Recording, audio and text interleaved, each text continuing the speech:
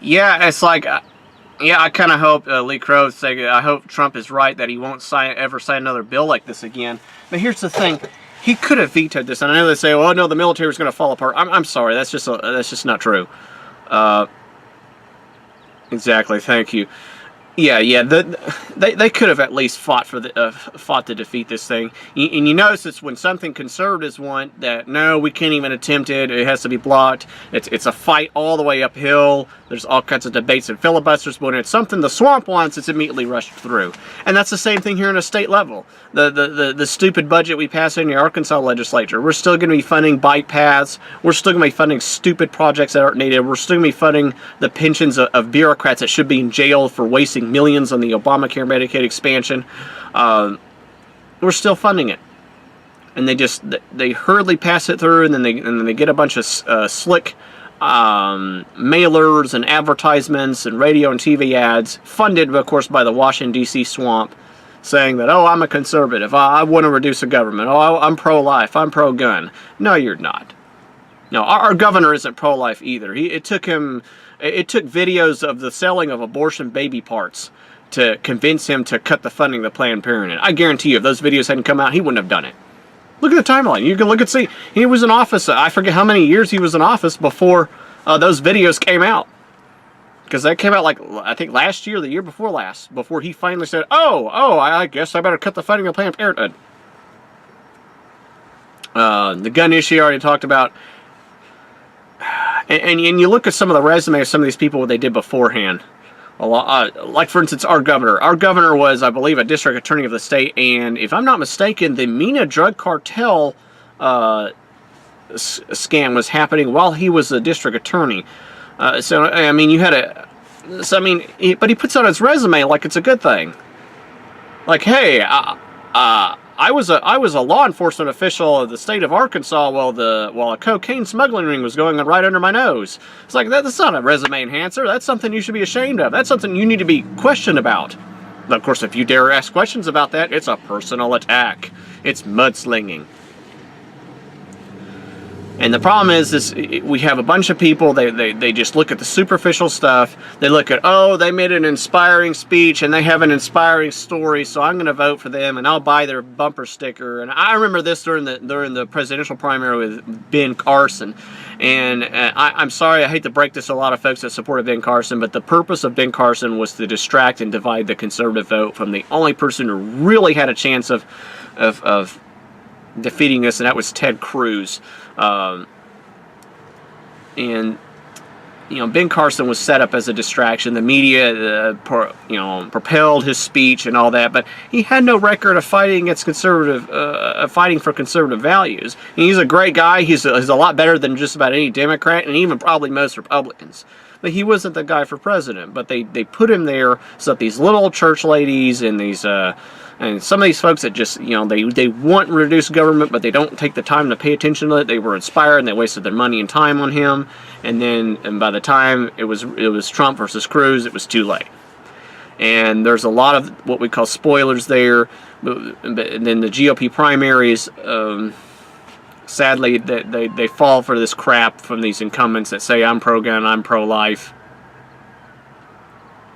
Yeah, the only way to change things in D.C. is to get the establishment out of Congress on a national level and on a local level. Local levels, especially local levels, you can do a lot. On a national level, I don't even think there are already conservatives running for any of the people running for Congress now. And quite frankly, let's be honest, they wouldn't have much of a chance. You have to put people on a local level first. You need local conservative state legislatures. You had Linda Collins Smith, Brian King, Scott Flippo, Dan Sullivan, a lot of conservative state legislatures, and you have to build a group of them to get a pool of people to run for Congress. Very rarely does a conservative like Joe the Plumber have a chance, or David Bratt, who defeated Eric Cantor in removing an establishment Congressman Republican. And the sad thing is there are a handful on the national level that have done a great. Senator Ted Cruz has done a great fought against this thing. Senator Rand Paul fought against this. And speaking of that, libertarians that are out there, get involved in these GOP primaries. You can make a difference.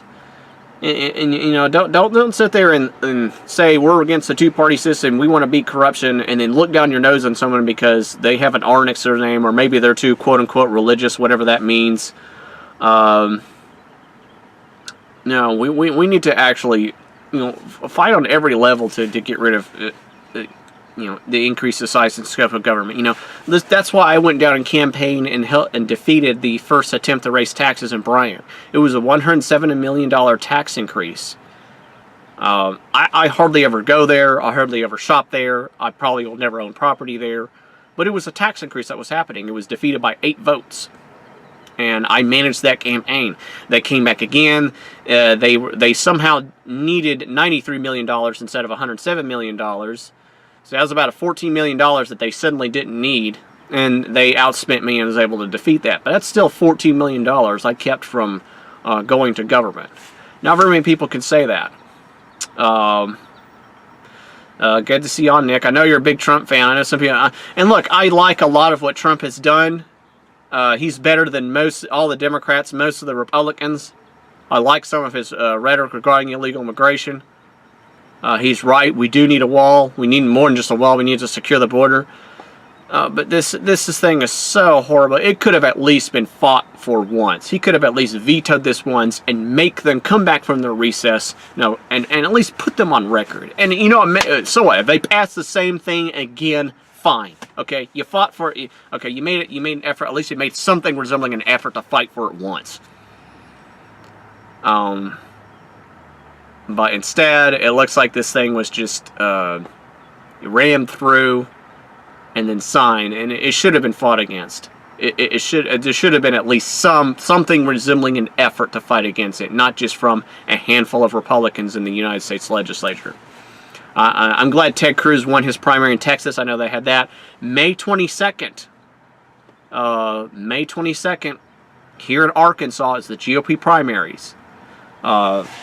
Jan Morgan for governor. If you are sick of the growth of the size and scope of government, if you're sick of conservatives wearing a mask, being funded by the D.C. establishment, saying, "Well, I'm pro-gun and I'm pro-life," and then you try to challenge them on the record, and it suddenly becomes a personal attack.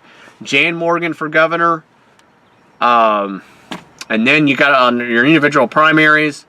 Brian King has been fighting to reduce the size and scope of government in the Senate.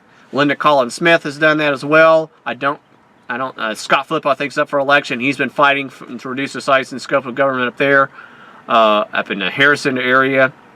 Those are Arkansas senators. I honestly can't think of, Arkansas state legislatures on the House side. You have to look them up and look at what they've actually done.